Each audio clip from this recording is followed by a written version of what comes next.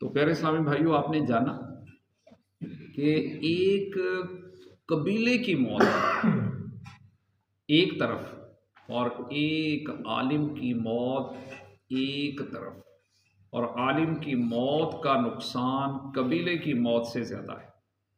ये आप अंदाज़ा कीजिए। तो कितनी शान है एक आलिम की।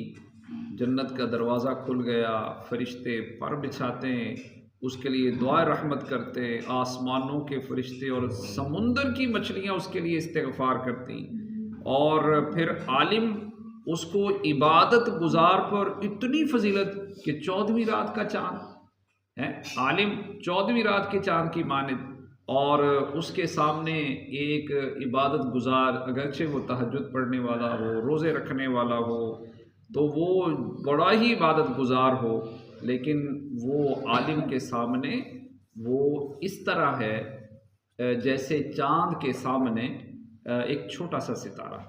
तो यहाँ से आप अंदाज़ा कीजिए। अच्छा, फिर आलिम को अंबिया इकराम अलैहिमुस्सलाम का वारिस कहा गया, आलिम को वारिस कहा गया, और किसी को वारिस नहीं कहा गया। दौलतमंद को, दिरहमो दिनार को इकट्ठा करने वाले को वारिस नहीं कहा गया। आप ये अंदाज़ा कीजिए कितना खुशकिस्मत है वो बंदा कि जिसको अल्लाह पाक इल्म दीन अता फरमाए, वो आलिम बन जाए। कितना खुशकिस्मत है।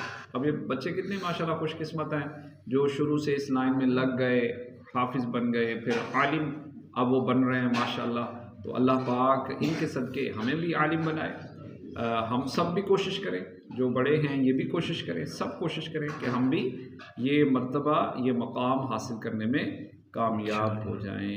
सल्लल्लाहु अलल हबीब।